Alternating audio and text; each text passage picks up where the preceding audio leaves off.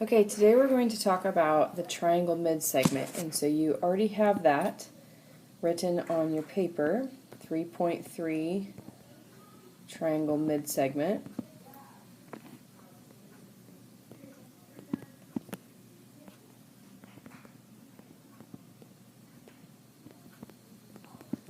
Okay, so we have a midsegment of a triangle is a segment connecting the midpoints. There's your word there, midpoints of two sides of the triangle. For example, over here we see that DE is connecting the midpoints. This D is a midpoint and E is a midpoint. We know that they are midpoints because we see these two hash marks, which means that this little section is congruent to this little section, so D has to be the middle. Okay, it's same thing for the other side. This section is congruent to this section, so that means that E is the middle point. All right, so we're going to just say that DE is the midsegment. And we're going to draw a segment bar above it. DE is the midsegment.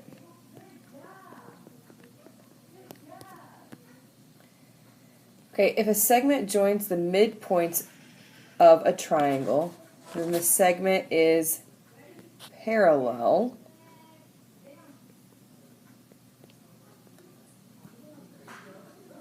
to the third side, and it is half as long.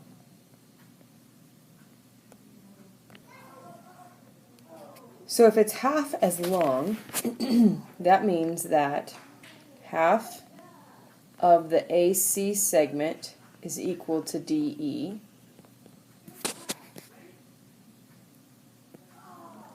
Or you could multiply the midsegment by 2 and get the end segment. So if I tell you that AC, if I tell you that AC is 20, then that means that DE should be, half of 20 is 10. Okay? We also know that this segment DE is parallel to this third side down here, which means they're never going to cross. So I know that DE is parallel to AC. Okay, so let's look at some examples.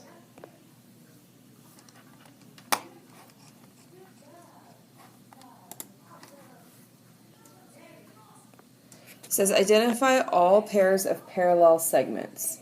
So we have lots of things going on. First of all, let's identify we have XY is parallel to QS. Okay, so that's one pair. So we'll say XY is parallel to QS. So XY is the midsegment for that triangle there. Then we could say WY is parallel to QR.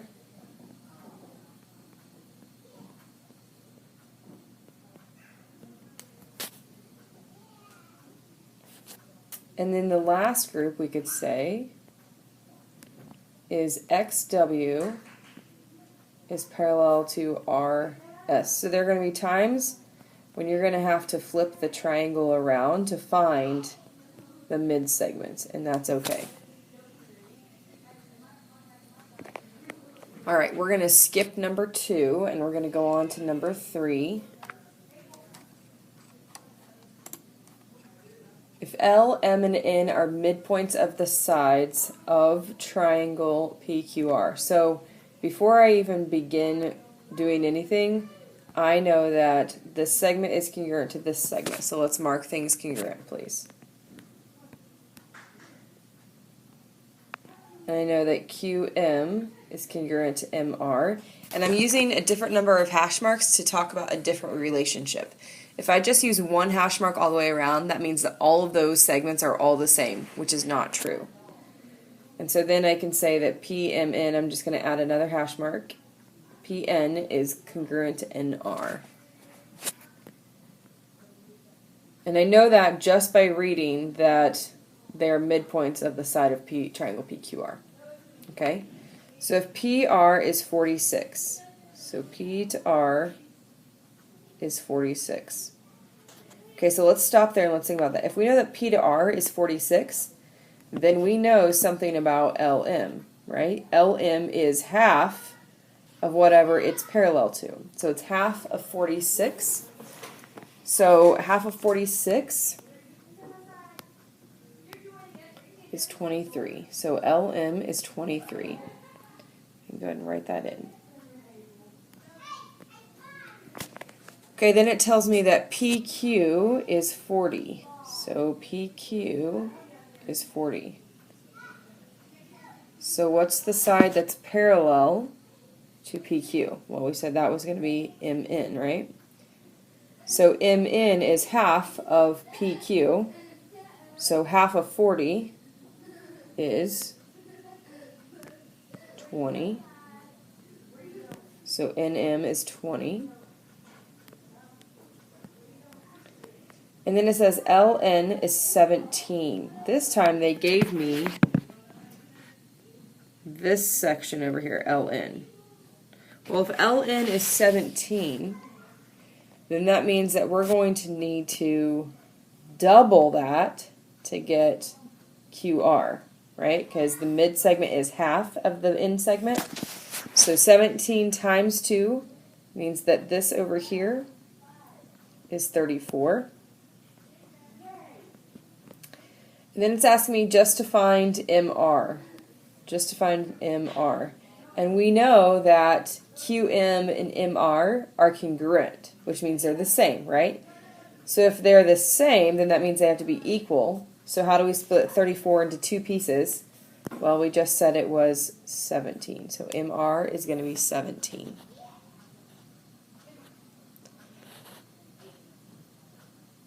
Okay.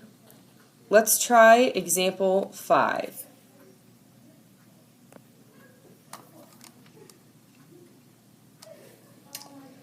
Example 5 says to find the value of x. They're already telling us that it's the mid-segment by giving us the hash marks, right? So again, I know that the 2 times the mid-segment, this is our formula, let's write it down on our paper, please. 2 times the mid-segment equals the end segment.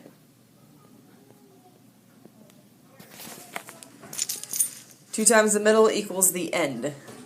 That's going to help us to figure out what our formula needs to be. So our mid-segment is just 7x. So I'm going to plug in 7x for my mid-segment, and I have that 2 out there. Has to equal the end segment, which is 17x minus 18. So I did 2 times the middle one equals the end. So let's go ahead and solve this.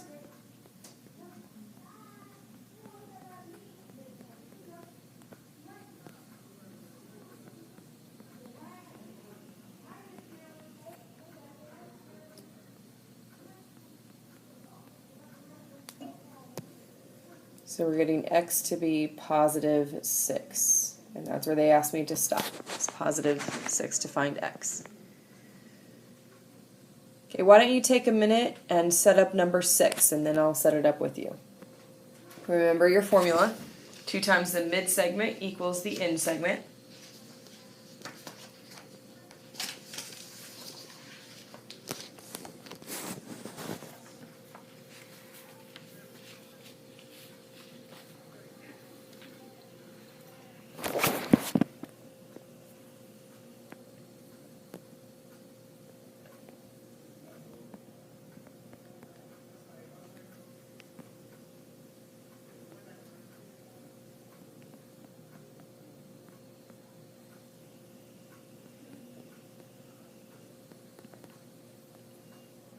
So I have 2 times 6x plus 31 equals 19x minus 36. Okay, let's go ahead and solve that.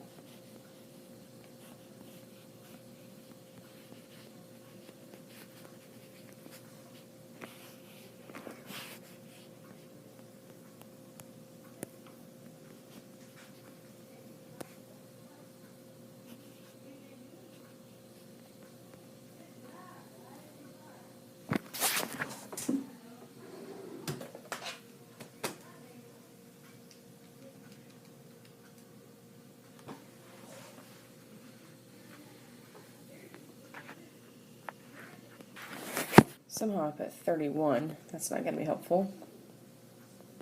If I add 36, that gives me 98, which sounds better. There we go. X is 14. All right. Let's do a couple more examples. Let's go to number 7.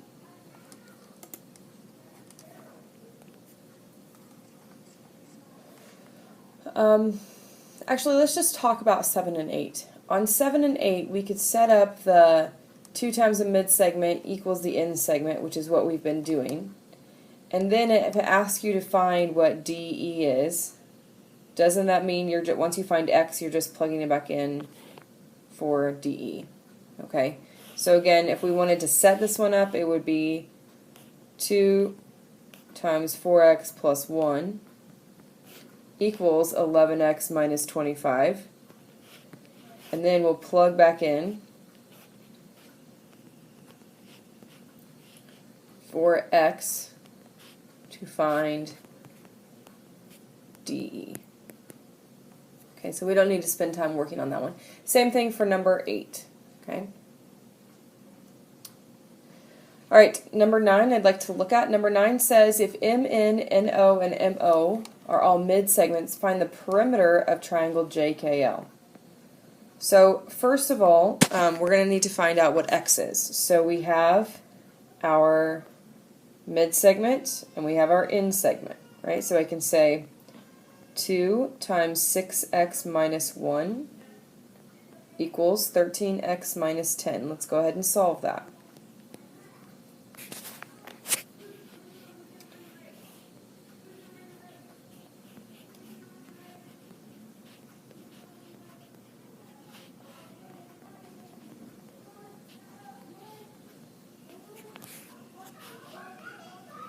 We're going to add 10. We get x to be 8. So it's good to find x to be 8, but now when we plug in, let's go ahead and plug into MO. Okay, if I plug into MO, 6 times 8 is 48. 48 minus 1 is 47. So this is 47 here. Alright, so if I want to find the perimeter of triangle JKL, that's the big one. So I need to find out how long each side is. But I have mid-segments to help me, right? So if I know that MO is 47, I just need to double that to find KL. So 47 times 2 is 94. So we're going to say this side over here, MO, is 94. Alright, what about JL? JL down here. Well, we know that JN is 49. So if we double that, 49 times 2 is 98. And then we know that NO is 42, and to find KJ, we're just going to have to double 42. So 42 and 42 is 84. So if I'm going to find the perimeter, I'm going to add 84 plus 94 plus 98.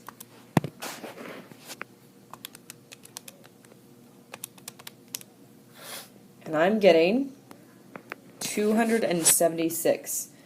So over here, the perimeter of triangle JKL is 276.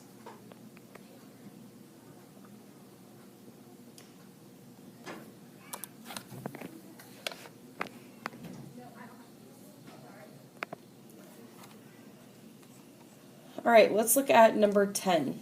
It says, find the measure of each missing angle. So we have our triangle midsegments, but that's not really going to help us because we don't need to know segments, but we do need to know about angles. And the way that we're going to know is that this line is parallel to this line. And if we have parallel lines like we just learned, we have different kinds of angles that we can look at. Okay, so I'd like us to look at 59 and angle 4. If these two lines are my parallel lines, do you see that 59 and 4 59's on the inside, 4 is on the outside, but they're in the same spot. So they are, I hope that you said, corresponding. So that means angle 4 is also 59. Okay, so maybe we can write that in our diagram. 59.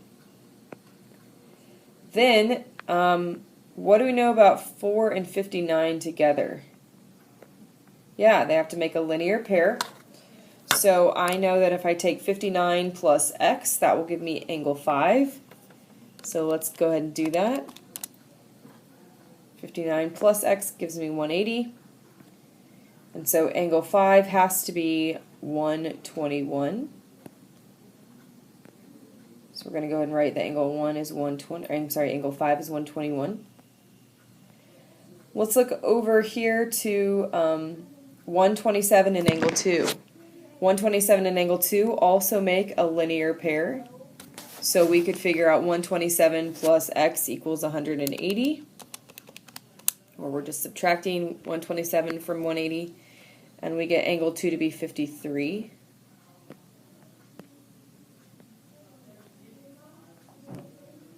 Then do you notice here, I'm going to use yellow, I'll see if it shows up, that angle 1, maybe you can't see that very good, angle 1 and angle 2 are corresponding angles. One's inside, one's outside. So if angle 2 is 53, that means that angle 1 is also 53. And then to find angle 3, we have a triangle here, right? And all three angles in a triangle add up to be 180. So 59 plus 53 plus measure of angle 3 has to equal 180.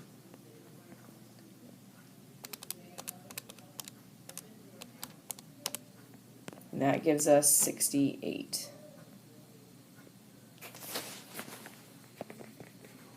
Okay, that gives us 68.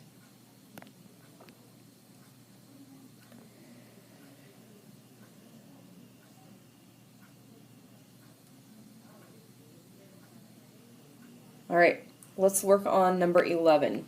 This one's kind of squished together. We're going to start, 95 doesn't give us very much, so let's start with angle 1. We know that angle 1 and 118 have to make a linear pair, so they have to make 180. So if we take 180 and we subtract off 118, we are left with 62. So measure of angle 1 is 62. Let's look for corresponding angles.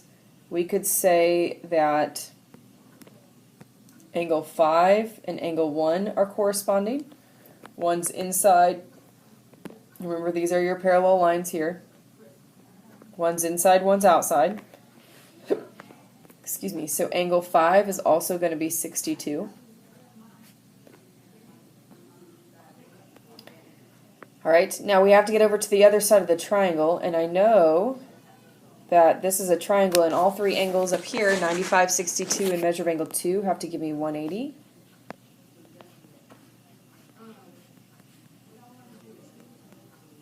So 95 plus 62 plus measure of angle 2 equals 180.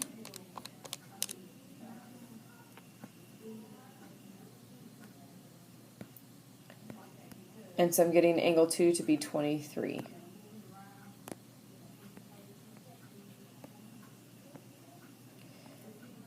Then we know that angle 2 and angle 3 together make 180 degrees. Okay, so 180 minus 23, that leaves me with 157 for measure angle 3. Any ideas how we're going to find measure angle 4? So we know that 4 and 2 are corresponding, right? One's inside, one's outside of our parallel lines, and here's our transversal. Okay, so that means that angle 4 is also 23. Okay?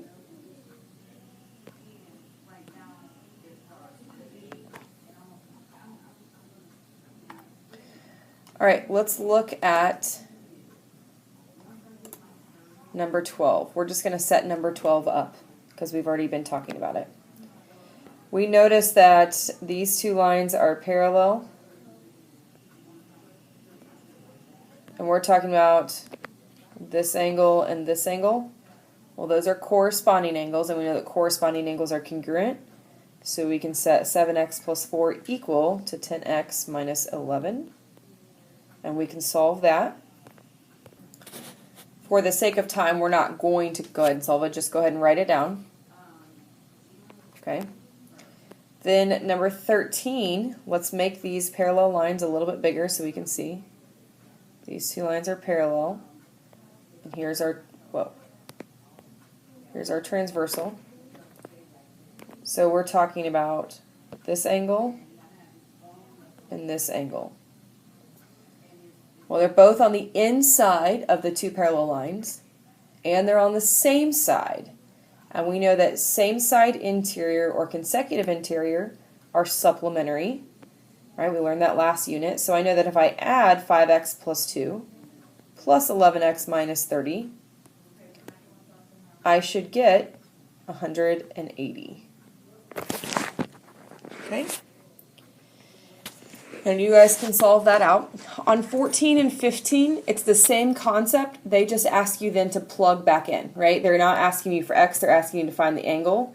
And that just means once you find x, you can plug back in for the angle, which you guys are professionals at doing, okay? So now you're ready for homework number 12.